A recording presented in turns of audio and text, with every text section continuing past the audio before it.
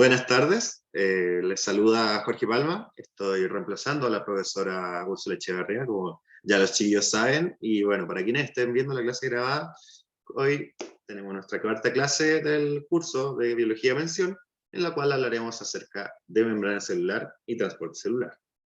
Bien. Así que, como objetivos del curso y más o menos un temario de los tópicos que veremos, tenemos aquí el que veremos hoy, en el cual vamos a mencionar la membrana celular como concepto, su función, componentes y su característica de ser permeable, y luego nos referiremos a los tipos de transporte que existen a través, dentro y hacia la célula, que son transporte pasivo y activo. Y dentro de estos transportes pasivos y activos hay diferentes tipos de subtipos de transporte, en el cual tenemos las difusiones simple facilitada, y dentro del transporte activo están las proteínas transportadoras que actúan con uso de energía, y el intercambio de grandes vesículas, en el cual tenemos endocitosis y exocitosis. Bien. Al igual que el gato, yo sé que quizá alguno de ustedes queda como, bueno, esto es mucha información, pero no se preocupen que en estos 70 minutos de clase espero poder abordar todos estos tópicos de la mejor manera posible. La profe Úrsula me dejó buen material aquí, así que no se preocupen que esta será una gran clase. Bien, y bueno, primero que todo cabe preguntarnos, ¿qué es la membrana celular? La membrana celular es el límite entre el medio interno y externo de la célula. Bien, y como tal se encarga de mantener el citosol y el resto de los organelos de la célula en su interior, y de coordinar el transporte de sustancias dentro y fuera de la célula. Y su función, bueno, ya la venía adelantando, como en primer lugar es estructural, mantiene más o menos estable la forma celular con la ayuda del citoesqueleto. En la clase anterior, donde definimos los organelos y ciertas estructuras de la célula, hablábamos de que este citoesqueleto, por detrás, le entrega una estructura más o menos firme a la membrana plasmática, que es más bien un mosaico bien líquido, muy flexible, ¿bien? Y constituye el límite fundamental de toda célula. Todas las células tienen membrana plasmática, tanto células eucariontes como procariontes, tanto animales como vegetales. También cumple una función reguladora de la célula, ya que regula los movimientos de sustancias en ambos sentidos, desde la célula hacia afuera y hacia la célula desde afuera, hacia adentro. Y conduce también potenciales electroquímicos. Esto va a ser muy importante cuando veamos el transporte de moléculas iónicas, ¿bien?, que poseen carga. Bien, entonces aquí tenemos que la membrana plasmática, entre otras cosas, impide el ingreso de bacterias que podrían ser nocivas para las células, ¿bien? Hay células de tamaños muy diversos, ¿bien? Sí, me encantó el meme, muy bien ahí la profe. Bien, entonces, como verán acá, la membrana es quien impide el ingreso de esta bacteria a la célula, a menos, claro, que la célula pretenda fagocitarla, por ejemplo. Es así como la membrana presenta otra función más, que vendría a ser la función mensajera, y que a través de los diferentes compuestos en su estructura participa de interacciones con células adyacentes, pegadas unas células con otras, y transmite señales hormonales y nerviosas. Posee receptores que permiten captar todas estas señales. Bien. Y bueno, como bien dice su compañero aquí, la célula también posee la capacidad de ser una defensa inmunitaria, capaz de mantener afuera del interior de la célula todo tipo de compuestos nocivos, virus, bacterias y otros tipos de organismos que pretenden aprovecharse del metabolismo celular. Bien, así que sí, la membrana vendría a ser parte de la defensa inmunitaria de la célula, y por ende del resto del ser vivo. Aquí, como verán, es un GIF en el cual podemos apreciar el movimiento de esta célula y la manera en la cual desde afuera va recibiendo diferentes tipos de señales. Bien, ¿y cómo se ve una membrana realmente? Creo que esto es una gran pregunta, porque solemos ver modelos de membrana, pero no vemos, no solemos ver una membrana al microscopio todos los días, ¿cierto? Y aquí la pueden ver, la membrana al microscopio se ve más o menos así, no se ve tan poderosa como pensé. Claro, es que piensa que es relativamente angosta comparada con el interior de la célula. Así que yo vendría a pensar que es muy poderosa porque es capaz de mantener en su interior tremendo volumen de célula. En el interior, es como verán, este es un corte transversal de una célula. La filetearon la célula y se encuentran con que la membrana es una pequeña corteza. Esta bicapa lipídica llega a ser una pequeña corteza de lo que es el interior de la célula, y incluso alcanzamos a apreciar la bicapa lipídica, ¿bien? Que separa citoplasma del interior de la célula con el exterior, con el medio extracelular. Bueno, y ahora nos preguntamos, ¿qué es lo que compone la membrana celular? El componente principal de la célula y de esta bicapa lipídica son los fosfolípidos. Los fosfolípidos, como dice su nombre, son estructuras con origen en ácidos grasos y que cuentan con una cabeza que contiene un grupo fosfato. O sea, este grupo aquí, con la presencia de esta molécula de fósforo. Sí. Bien, este grupo fosfato en la cabeza y con estas colas compuestas por ácidos grasos. Es por ello que se llaman fosfolípidos. Bien, esto ya es más química. A algunos les interesará, a otros no, pero somos muy amigos de la química en biología, ya que nos permite explicar a nivel atómico lo que ocurre a nivel microscópico, a nivel microbio, ¿bien? Como que vamos más adentro y nos encontramos con esto, que ya es más químico. Nosotros le damos esta forma de cabecita con patas, pero en verdad es pura química lo que ocurre aquí. ¿Y por qué digo que es pura química? Porque la forma de esta estructura permite que tengamos esta cabeza hidrofílica, o sea, de una parte del componente que adora el agua y adora estar cerca de ella, por eso es que da la cara al espacio extracelular y al lumen de la célula, como ven en esta pantalla de aquí, pero que en verdad también es el citosol o el medio intracelular. Y por otro lado tenemos hacia el interior de la bicapa las colas, que son hidrofóbicas, ¿bien? Que no son afines al contacto con el agua, por ende se mantienen en su interior. Esas colas nunca se bañan, entonces por eso se mantienen aisladas del agua adentro y afuera de la célula.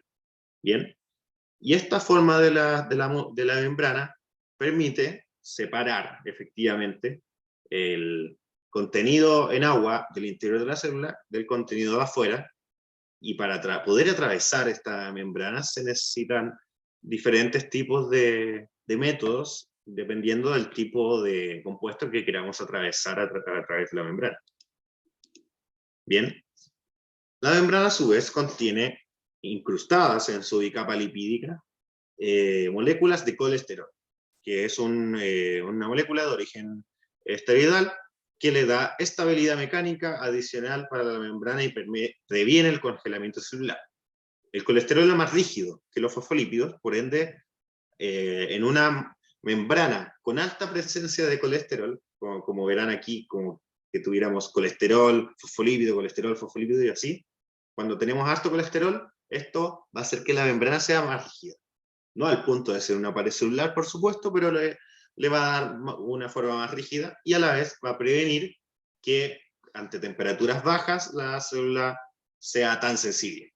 ¿Bien? Y permite que el punto de congelación y que el frío le termine haciendo daño a la célula, ese punto sea más bajo y que la célula pueda soportar temperaturas más bajas. Bien. También tenemos la presencia de proteínas. Y estas proteínas se pueden clasificar en dos tipos. Las extrínsecas o periféricas, ya que no logran atravesar la membrana, sino que quedan de una cara hacia afuera o hacia adentro. O también existen las intrínsecas o integrales, que, como dice su nombre, integran la membrana en su totalidad y atraviesan la membrana. Y estas membranas intrínsecas van a ser muy importantes porque van a permitir el transporte celular a través de ellas, tal vez como proteínas canal o como proteínas transportadoras. Entonces, también nos vamos a encontrar con la presencia de carbohidratos, bien, de azúcares en las caras de la membrana plasmática, bien, y que se van a relacionar, por ejemplo, con las grasas del fosfolípido para formar glucolípidos, o sea, mezcla de hidrato de carbono con lípido, o glucoproteína, que es la presencia de carbohidrato con proteína, bien, y esto le va a dar diferentes capacidades a las estructuras que rodean a la membrana. Bien, así que es importante tener en cuenta la presencia de estos carbohidratos en la membrana.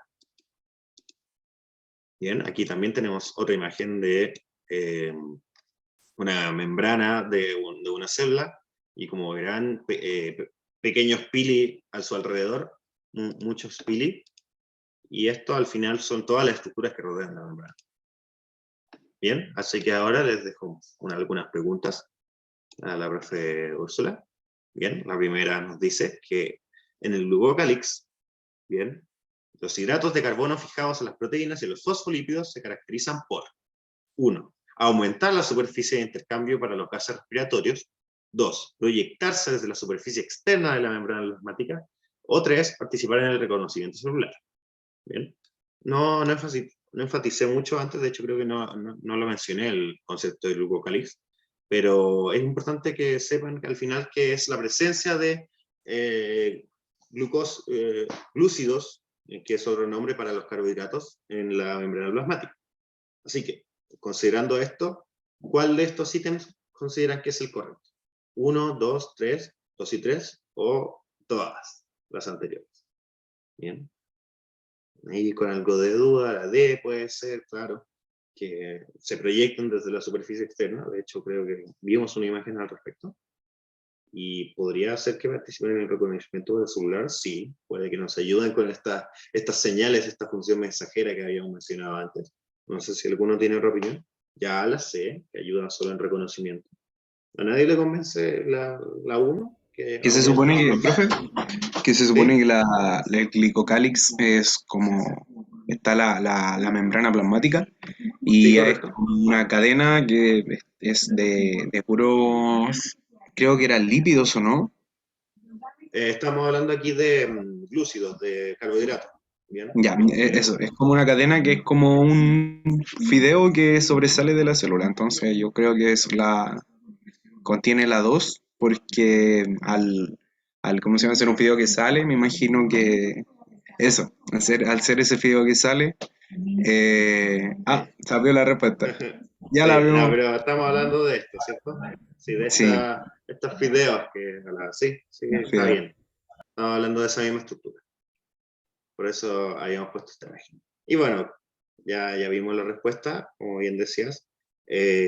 Tanto ayuda a proyectarse la superficie externa de la membrana plasmática, como también participa en reconocimiento celular. Así que muy bien ahí. Carlos, si no me equivoco, ¿fuiste tú? ¿O fue Benjamín? No alcancé a reconocerla. Creo que Carlos. Sí. Ya, muy bien, gracias. Entonces sí, como ya vieron la respuesta, la alternativa. Bien, así que muy bien ahí, chiquillos. Alguno puso F, ¿por qué? Pero bueno, no importa. Tengo alternativas de la A a la E, y la PAES también tiene de la A a la E. Es importante que recuerden eso, no tenemos F, si quieren F en el chat, pero no tiene nada que ver. Ya, entonces, ¿por qué? ¿Por qué la respuesta es esta? ¿Ya?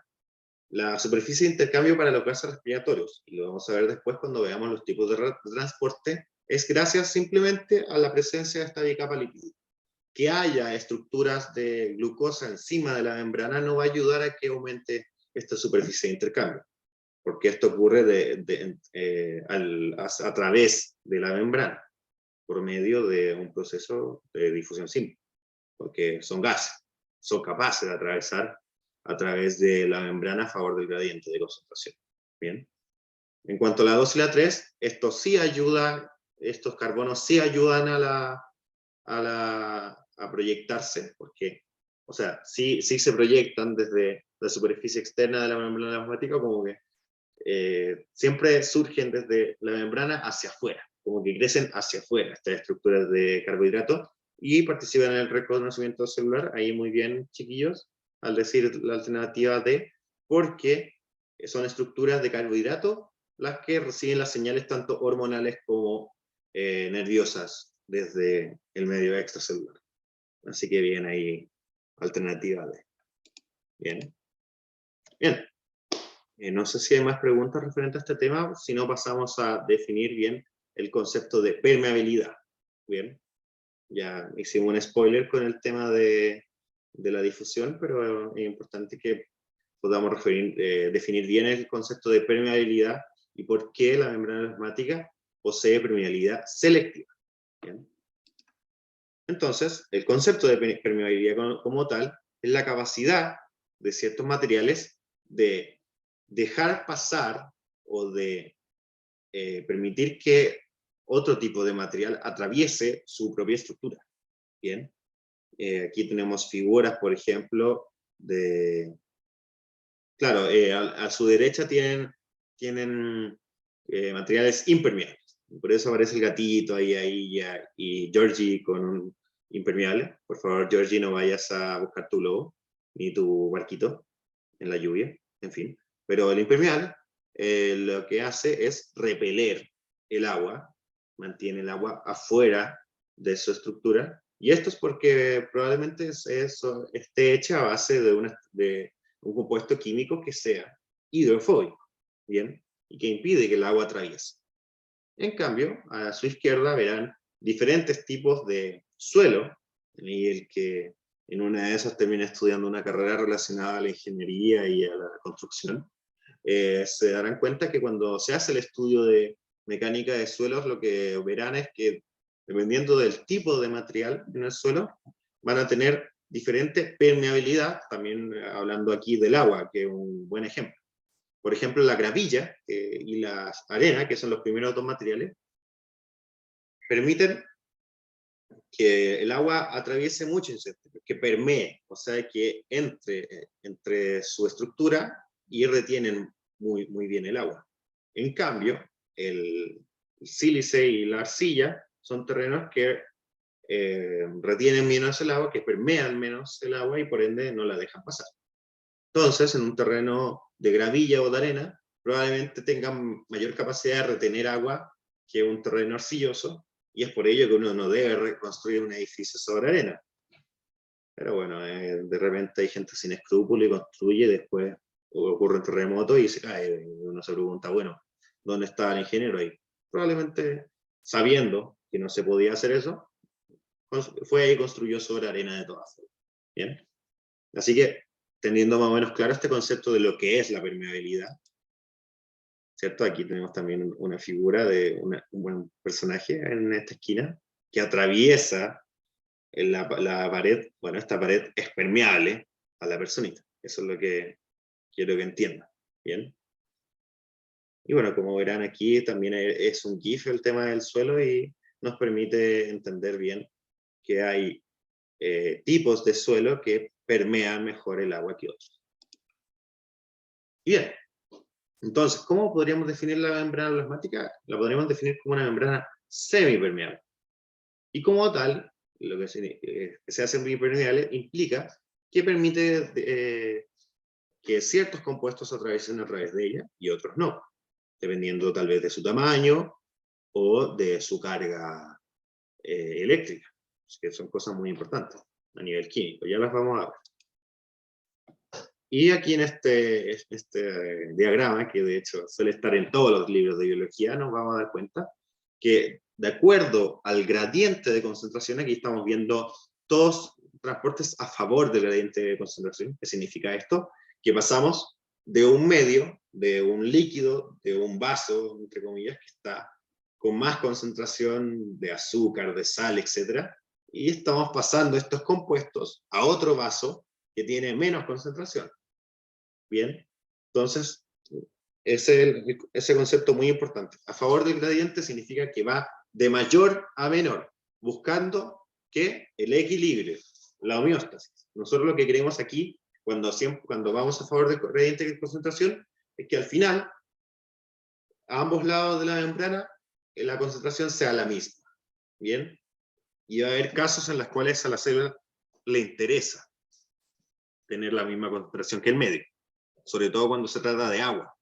La célula va a buscar siempre igualar su cantidad de agua respecto al medio exterior, y por ende, cuando el medio sea muy seco, la célula va a botar agua, y cuando el medio sea muy húmedo, la célula va a retener agua, buscando siempre que el equilibrio. Entonces vemos en este diagrama que hay pequeñas sustancias no polares de pequeño tamaño, los gases, como el oxígeno y el nitrógeno, que pueden atravesar sin problemas la membrana. A su vez, moléculas polares sin carga, como la molécula de agua y el CO2, también pueden atravesar sin problemas la membrana plasmática, pero el caso del agua es bien particular, es ese tipo de difusión simple a través de la membrana, o sea que ocurre sin proteínas involucradas. En el caso del agua le llamamos osmosis. ¿Y por qué es importante el tema de la osmosis? Porque nos permite llamar por su nombre a la difusión del agua, y en el caso de que estuviésemos trabajando en contra del corriente, ya estaríamos trabajando con osmosis inversa, que es un proceso muy importante que se está trabajando para filtrar agua, desalinizarla y muchos otros procesos que hay en la industria. Así que, si a alguien le interesa el tema, saber más o menos qué es la osmosis es fundamental. En resumidas cuentas, es el transporte de agua a favor del gradiente. Bien, por otro lado, cuando tenemos moléculas con carga, o moléculas muy grandes, como glucosa, aminoácidos y moléculas con carga, vamos a necesitar la presencia de transporte mediado por proteínas, el cual puede ser pasivo o activo. Bien, ¿a qué nos referimos con un transporte pasivo o activo? Que requiere el gasto de energía o no. Bien, entonces, porque estas moléculas que poseen carga requieren pasar a través de una proteína, porque la bicapa lipídica tiene, ¿cierto?, esta cabeza hidrofóbica y cabeza hidrofílica y cola hidrofóbica, y atravesar a través de ella no se podría, porque ambos compuestos, ambas cabeza y cola, también tienen diferente carga, así que no podría atravesar una molécula con carga a través de esta bicapa de lípidos. Bien.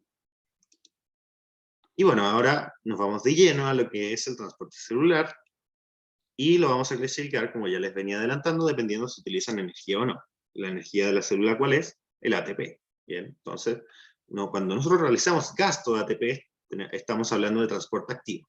Y cuando no necesitamos gasto de ATP, vamos a hablar de transporte pasivo, que se puede hacer directamente a través de la membrana, difusión simple, o gracias a la acción de proteínas que no requieren gasto de energía, a la cual llamamos difusión facilitada. Bien, y en el transporte pasivo, como estamos viendo aquí, nos referimos al desplazamiento de moléculas a través de la membrana desde zonas de mayor concentración de solutos a menor concentración de solutos, o sea, a favor del gradiente. Bien. ¿Y cómo se llama la difusión del agua? Te lo había mencionado, es la osmosis. Bien. Y aquí en este GIF vamos viendo lo que le pasa a la célula, como también le había comentado de antes, cuando entra en contacto con soluciones que tienen más o menos proporción de agua que el interior de la célula. En una solución hipotónica, como verán, una solución hipotónica es que el medio alrededor de la célula cuente con poca cantidad de sales. El agua va a tender a retener agua para equilibrar su cantidad de sales y agua respecto al medio. En un medio isotónico, la cantidad de agua se va a mantener porque la cantidad de sales dentro y fuera de la célula más o menos es la misma. Y en un medio hipotónico, en un medio muy salado, la célula va a tender a perder agua porque también se va a intentar equilibrar con la cantidad de sal que hay afuera. ¿Bien? Y esto puede llevar a la célula a transformaciones. ¿Bien? Como ya les venía adelantando, una solución hipotónica tiene menos concentración de solutos, de sales, que la sustancia de referencia, en este caso el medio intracelular, y la hipertónica tiene más sales que el interior de la célula. Entonces, cuando ponemos en contacto aquí tenemos arriba una célula vegetal, y abajo una célula animal. En particular tenemos abajo un glóbulo rojo, para que se hagan una idea. Cuando los ponemos en diferentes tipos de medios, ocurren diferentes fenómenos a los cuales nosotros le pusimos un nombre particular. Y es importante que se aprendan estos nombres. Cuando a la célula vegetal la ponemos en un medio hipertónico, o sea, con mucha sal, la célula, ¿cierto?, va a perder agua, pero gracias a la existencia de la pared celular, la célula no pierde su forma. Simplemente que adentro, el plasma, el citosol, termina desgarrándose, termina rompiéndose y despegándose de la pared. Y a esto se le llamamos plasmólisis, destrucción o rompimiento del plasma. Bien. En cambio, cuando a la célula animal la ponemos en un medio hipertónico, o sea, en agua con sal, por ejemplo, la célula simplemente se va a encoger. Y como no tiene pared, no tiene pared celular, la célula simplemente se va a encoger y va a apretarse porque está perdiendo agua. En cambio, cuando esta misma célula animal, recuerden que estamos hablando de un glóbulo rojo, lo colocamos en una condición hipotónica, o sea, en un medio que tiene menos sal que el mismo glóbulo rojo, el glóbulo va a empezar a llenarse de agua, tratando de equilibrar su cantidad de sal respecto a la cantidad de sal que hay afuera. Y esto puede llevar a la célula a romperse. Y a ese rompimiento, a esa destrucción de las células, le llamamos citólisis, en la cual la célula se hincha de tanto tomar agua y termina rompiéndose. En cambio, las células vegetales no se rompen ante estas condiciones, simplemente retienen agua en su vacuola a tal punto de que la pared celular se termina echando, y a esa hinchazón, a esa rigidez de la pared celular de la célula vegetal le llamamos turgencia. Cuando la célula está turgente es porque está tiesa, está rígida, porque está a punto de explotar, pero no lo va a hacer porque tiene pared. En cambio, la célula animal sí puede estallar debido a que no tiene pared celular que la contenga. Bien. Carlos levantó la mano ahí. ¿Quieres hacer una pregunta? Sí, tengo una duda. Lo que pasa es que, ¿podría devolver un poquito la imagen, por favor? Claro, ahí está, ¿sí? Ya, que yo he estado estudiando un poquitito esto en la parte de turgencia me parece que la turgencia es como lo normal o lo óptimo en una célula vegetal. Bueno, según ¿Sí? lo que vi. ¿Es así o no? Porque me parecía así como que turgencia era lo normal y que la isotónica tenía otro nombre. O sea, es que vamos a estar hablando de turgencia cuando la pared celular y el contenido de esta célula vegetal, o sea, cuando tenemos una condición hipertónica, tenemos la plasmólisis, ¿cierto? Que la célula termina perdiendo agua y termina perdiendo su forma en su interior. En cambio, cuando la célula vegetal está turgente, está bien, porque tiene una cantidad decente de agua y eso le va a permitir funcionar. Y cuando ¿por qué decimos aquí de que turgencia es como cuando está hipotónica? Es porque cuando está como normal, tiene una cantidad decente de agua y la va intercambiando con el medio, entonces ya, como bien dices tú, ya está turgente, pero nosotros hacemos énfasis en que cuando metemos a esta misma célula vegetal en un medio hipotónico, la célula va a seguir turgente. ¿Bien? Entonces va a seguir turgente porque gracias a la pared celular no estalla, simplemente llega a un punto en el cual no puede recibir más agua. Entiendo. Gracias, profe. Bien, no hay de qué. Bien, si no hay alguna otra duda, podemos pasar a otras preguntas que nos dejó la profe aquí. Así que, un momento. Ya, vamos aquí a la primera pregunta. Nos dice, se colocan células animales en una solución desconocida y estas no presentan. Se puede explicar tal comportamiento celular porque la solución desconocida en relación con la solución del interior de las células, 1, era isotónica, 2, poseía igual volumen, o 3, tenía igual concentración. ¿Es o son correctas? ¿Cuál es la alternativa? ¿Bien? Cuéntenme ahí por el chat, por micrófono, cuéntenme cuál creen ustedes que es la alternativa. La alternativa D, nos dice Carlos. D, dice Isadora, bien. ¿Todos de acuerdo? D, ya, muy bien. Creo que estamos más o menos todos de acuerdo. Y la respuesta correcta, muy bien, es la alternativa D, ¿cierto? Como nos dice en el enunciado, las células no presentan cambios al meterlas en esta solución, por ende, la solución es isotónica. ¿Y qué significa que sea isotónica? Que tienen igual que concentración. ¿Concentración de qué? De solutos, de sales. ¿Bien? Que tenga igual volumen no viene al caso, o sea, podría tener igual volumen, pero la solución podría ser mucho más salada, mucho más hipertónica que la célula y terminarían ocurriendo los fenómenos que vimos antes igual. Ocurriría plasmólisis o ocurriría crenación. ¿Bien? Así que da lo mismo el volumen si es que la concentración cambia. Bien, así que la alternativa correcta sería 1 y 3, que es isotónica y tenía igual concentración, lo cual es lo mismo, es redundante. Bien. Segunda pregunta. El proceso mediante el cual una célula vegetal, al ser colocada en un medio hipertónico, pierde agua y su membrana plasmática se separa de la pared celular se denomina... Vamos, aquí espero respuesta al tiro. Profe, Dígame. ¿podría retroceder 2 segundos a la otra diapositiva, por favor? ¿Claro? ¿Sí? ¿Ahí? Sí, listo, eso era. Ok, ya. Vamos acá. ¿Cuál sería la respuesta correcta? ¿No hay de qué? Vamos. ¿Cómo se llamaba? Vegetal, hipertónico, se separa membrana. Alternativa A, ¿todos de acuerdo? Ahora ahí apoptosis, no sé, diálisis, no sé, a mí no me suena eso. Ya, muy bien. Correcto, plasmólisis, muy bien. Así se llama cuando metemos una célula vegetal en un medio hipertónico. Recuerden, hipertónico respecto a la célula. Es más salado que la célula, que el interior de la célula, por ende, como el medio, el agua, por ejemplo, es más salada que el interior de la célula termina perdiendo agua para tratar de equilibrar su concentración de sales respecto al medio. Y así, la membrana plasmática se separa de la pared celular, se termina cayendo. ¿Bien? Citólisis es lo contrario, tenemos un medio hipotónico en una célula animal y la célula termina estallando. La turgencia es cuando la célula vegetal está en un medio normal, isotónico o hipotónico y tiene una cantidad de agua decente que le permite que la membrana no se separe de la pared y ya apoptosis es muerte celular.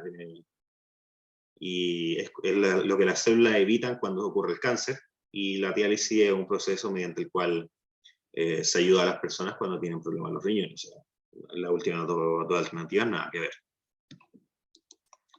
Bien, aquí les podría dar una pausa de 3 minutos. Creo que estamos viendo el tiempo, así que voy a tomar agüita. Fueron minutos que sean 8:30. ¿Ya? Así que aprovechen ahí de tomar agüita. No sé si tienen que ir al baño, alguna cosa. El gatito de agua, de patas cortas. Sí. Bien. Ya. Listo. Ya. Ya tuvimos nuestra pausita de 3-4 minutos, así que reanudamos la clase. Aquí. Nos detenemos aquí para hablar acerca del transporte pasivo. ¿Y qué es el transporte pasivo? A través de la membrana, pequeñas moléculas pueden atravesar sin problemas la membrana plasmática, como ya habíamos dicho, moléculas de gases, o el agua, o el CO2. Sin embargo, también hay moléculas que requieren de la ayuda de diferentes tipos de proteínas que les permiten atravesar la membrana sin el uso de energía. Entre ellas están la proteína de canal y la proteína transportadora, que permiten el transporte facilitado, la difusión facilitada. ¿Por qué facilitada? Por las proteínas. Entonces, la proteína de canal es una proteína que tiene la capacidad, imagínense la proteína como una plasticina, y esta plasticina tiene la capacidad de abrir un agujero en su interior, en su estructura, que permite que ingrese material a través de esto. En cambio, la transportadora tiene otra forma, que recibe el material que quiere entrar, cierra y a la vez se abre por el otro lado, como una especie de puerta. Bien. Al final son cambios en su estructura, pero el funcionamiento más o menos es el mismo. entra material que no puede atravesar sin problemas la membrana, pero que no tiene carga o hay otras razones por las cuales sí puedo utilizar estas proteínas que no requieren el uso de energía. ¿Qué tipo de proteínas de membrana son las proteínas transportadoras? Integrales o intrínsecas. ¿Recuerdan al principio que les había mencionado que las proteínas integrales iban a ser importantes? ¿Por qué lo son? Porque como atraviesan la membrana, tienen la capacidad de comunicar el interior de la célula con el medio extracelular. ¿Bien? Y bueno, aquí les coloco un pobre perrito que no puede atravesar de un lado de la pared a otro, y esto es porque intenta atravesar por difusión facilidad, intenta atravesar a través de este agujero en la membrana, pero no puede porque necesita un transportador, necesita alguna proteína que sea capaz de amoldarse a la cara al cuerpo del perrito y le permite atravesar la pared. ¿Bien? Entonces, esto nos abre al otro tipo de transporte del que vamos a hablar hoy. Pobrecito, sí, háganle. Que es el transporte activo. Bien. Y dentro del transporte activo vamos a hablar de las bombas. No son bombas atómicas ni bombas explosivas, tampoco bombas de baño, son bombas que les llamamos así porque permiten la comunicación entre un lado y otro de la célula, de la membrana, por medio del uso de energía, y funcionan como una especie de llave que permite, en este caso siempre lo que se muestra en los diagramas es que se intercambian 3 moléculas de sodio, de Na+, del medio intracelular del citoplasma, por 2 moléculas de potasio, K+, que van a entrar a la célula. ¿Bien? ¿Y esto por medio de qué? Del uso de ATP, que le otorga, por medio de una reacción química, uno de su grupo fosfato, como dice su nombre, adenosin trifosfato, tiene 3 fosfatos, y uno de esos se lo dona a la bomba, y con ese fosfato la bomba puede hacer la reacción química que permite el ingreso del potasio. Bien. Entonces, esto, importante saberlo también, ocurre en contra del gradiente de concentración. O sea, dentro de la célula hay poco sodio y mucho potasio, pero a la célula le interesa botar el sodio y quedarse con el potasio. Por eso es que este transporte tiene que ocurrir en contra del gradiente, en contra de lo lógico, que sería que se equilibren las cantidades de sodio y potasio dentro y fuera de la célula. Y para ello es que requiere del uso de energía para poder seguir botando sodio y seguir ingresando potasio cuando ya tiene mucho potasio. ¿Bien? ¿Qué tipo de transporte y proteína tendría que utilizar el sodio? Me parece que lo acabamos de mencionar. Sería el transporte activo, ¿cierto? Y tendría que utilizar una proteína tipo bomba que mediante el uso de energía pueda transportar sodio desde el interior de la célula y expulsarlo hacia afuera. Y claro, tú podrás ver ahí que podría estar la posibilidad de que el sodio quisiese entrar a la célula.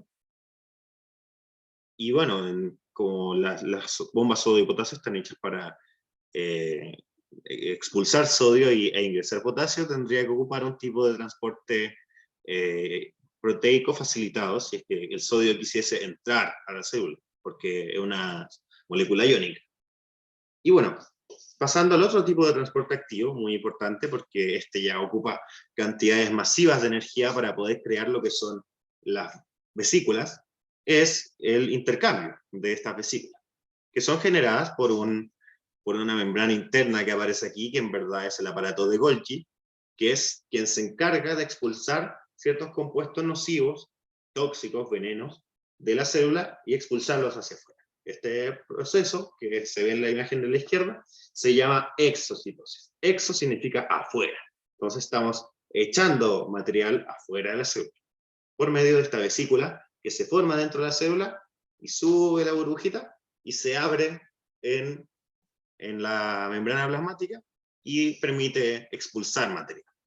Diferente es el caso de la endocitosis, en la cual membrana plasmática se invagina, se pliega hacia adentro y permite abrazar algún objeto de interés para la célula que está afuera, permite su ingreso y genera toda una vesícula alrededor de este objeto extraño y permite finalmente que este objeto entre a la célula. Bien. Aquí vamos a ver un par de videos que van a servir para ilustrar estos procesos. Y si tienen duda, interrumpan nomás, digan si tienen alguna duda.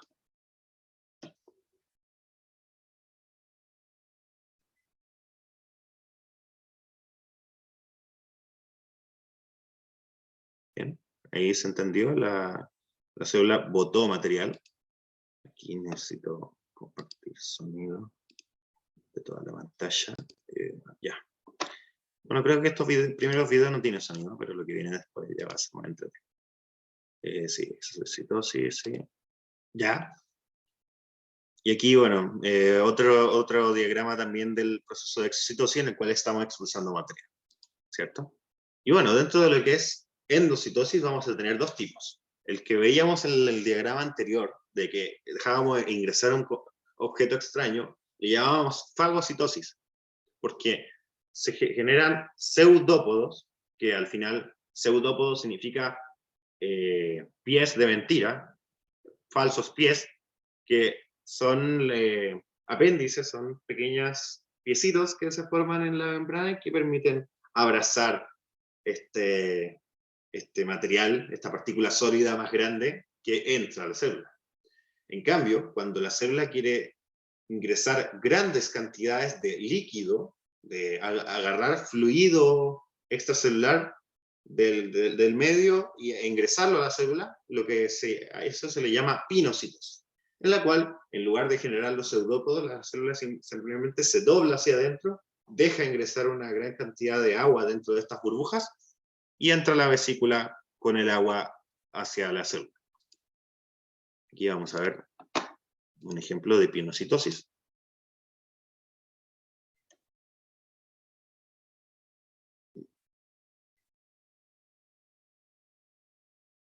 Vieron ahí que ingresó el agua, se generó la vesícula, el agüita azul se generó la vesícula y luego quedó la agüita dentro. Bueno, eso fue pinocitosis. Estos videos son de la UNAM, probablemente la UNAM tenga más material al respecto, la Universidad Autónoma de México, una de las mejores de Latinoamérica. Bien, aquí fagocitosis, esto ya lo vimos. Sí.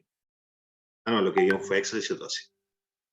¿Ya? ¿Cierto? Aquí estamos ingresando este material, luego el material queda adentro de la célula.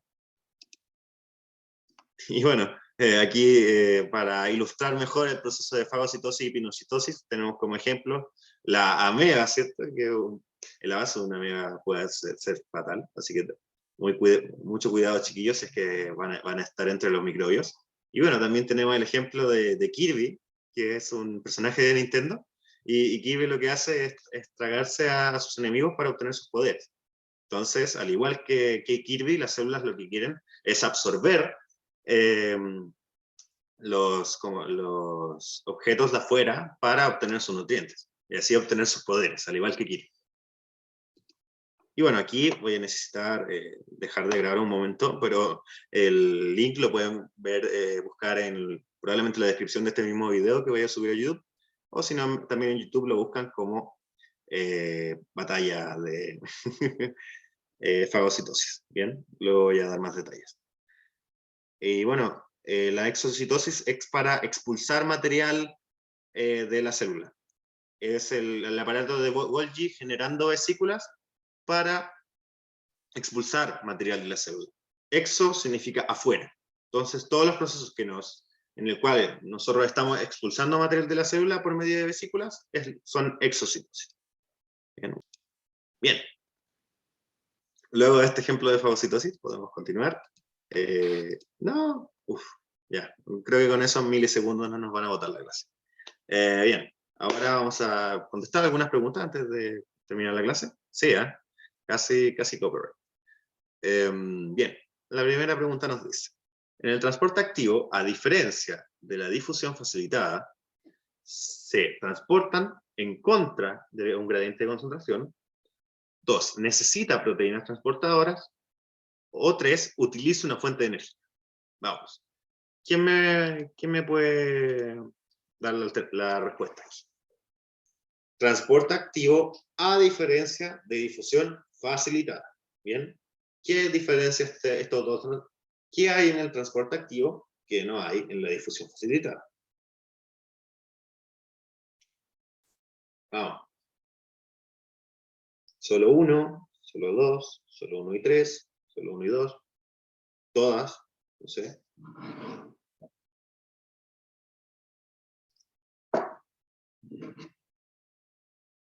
Parece que quedaron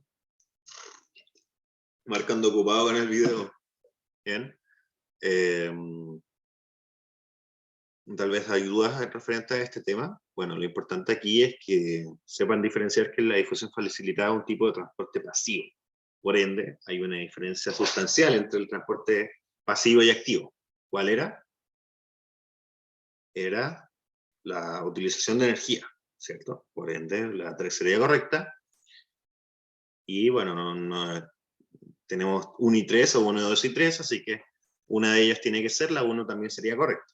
Que el transporte activo sí transporta en contra de un gradiente de concentración. Y como transporta en contra de un gradiente, en contra de lo físicamente lógico, necesita del gasto de energía para poder funcionar al revés de lo que funciona el resto de la difusión.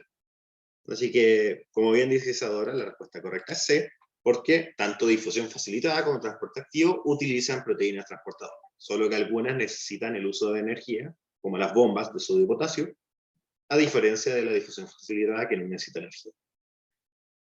Muy bien.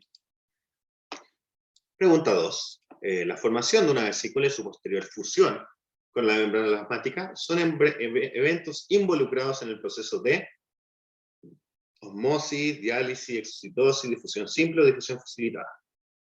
Aquí tengo un compañero de ustedes que estaba bien interesado en este proceso, así que espero que sea el primero en contestar. O sea, me dijo que estaba anotando todo referente a esto.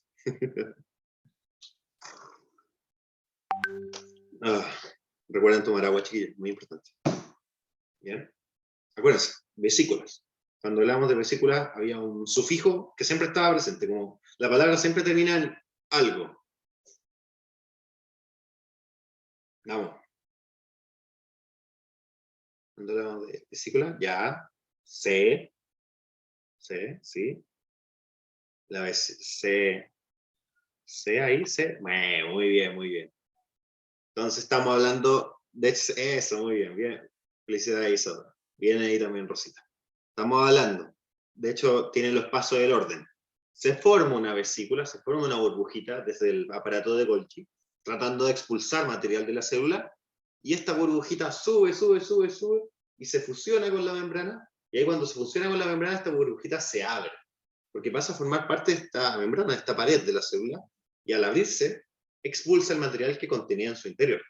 Entonces, ahí estamos realizando exocitosis. Bien. Citosis, cuando hablamos de citosis, estamos hablando de transporte con vesícula, muy importante. Exocitosis, endocitosis, y entre la endocitosis tenemos la fagocitosis, pinocitosis. Así que cuando le hablen de citosis, ya estamos hablando de transporte con vesículas, las burbujitas. ¿Bien? Así que muy bien. Pregunta número 3. Con respecto a la difusión simple y a la difusión facilitada, es correcto afirmar que en ambos tipos de transporte, A, las sustancias mobilizadas presentan alta masa molecular, B, se requiere de la hidrólisis de la ATP como fuente de energía, C, las sustancias movilizadas atraviesan la bicapa de fosfolípidos, la capa lipídica lo mismo, D, se requiere de proteínas transportadoras presentes en la membrana, o E, el movimiento neto de sustancias ocurre a favor del gradiente de concentración. No se preocupe, quienes se tengan que ir de la clase, adelante, no se preocupe, no. Después, recuerde, sí, yo voy a estar subiendo estas clases en YouTube, las 2 clases, así que va a tener la posibilidad de ver el resto de la clase vía grabada, así que no se preocupe por eso. ¿Bien? Entre los que se quedan, ¿podría alguno decirme cuál sería la alternativa correcta?